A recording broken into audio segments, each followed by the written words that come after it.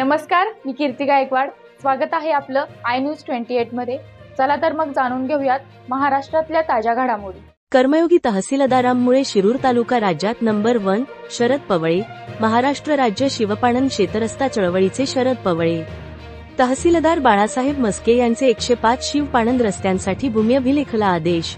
राज्यभर शिवपाणन शेतरस्ता चळवळीच्या माध्यमातून शेतकऱ्यांचा शेतरस्त्यांचा अत्यंत ज्वलंत प्रश्न, या प्रश्नावर प्रशासकीय न्यायालयीन संघर्षासोबत राज्यव्यापी जनजागृती जनआंदोलन शिवपाणन शेतरस्ता चळवळीच्या माध्यमातून सुरू असताना शिरूर तालुका तहसीलवर शिवपाणन शेतरस्ता कृती समितीच्या माध्यमातून शिवपाणन शेतरस्ते खुले करण्यासाठी सातत्यपूर्ण पाठपुरावा चालू असताना शिरूर तालुक्याचे तहसीलदार बाळासाहेब मस्के यांनी शिरूर तालुक्यातील स्वातंत्र्यपूर्व काळापासून बंद असणाऱ्या शिवपाणन शेतरस्त्यांच्या मोजणी करून हद्द निश्चित करण्याचे आदेश शिरूर तालुका उपाधीक्षक अमोल भोसले यांना दिले असून याची दखल घेत तालुका भूम्यभिलेखने 22 भूमापक सर्व्हरांची नेमणूक करत तालुका पोलीस प्रशासन, तलाठी, मंडल अधिकारी, ग्रामक्षेत्र रस्ता समिती यांसमवेत शिवपाणन शेतरस्ते कृती समितीच्या वतीने तालुक्यात मोठे काम उभे झाले आहे.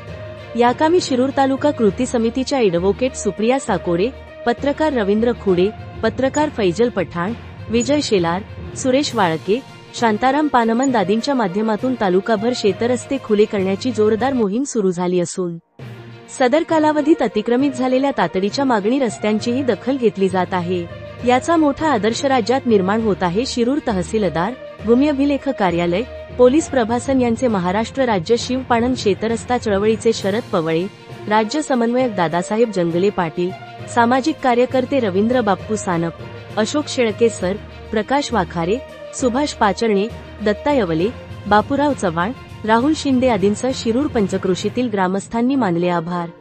इंडिया न्यूज 28 वैजापूर तालुका प्रतिनिधी अनिल सूर्यवंशीची रिपोर्ट.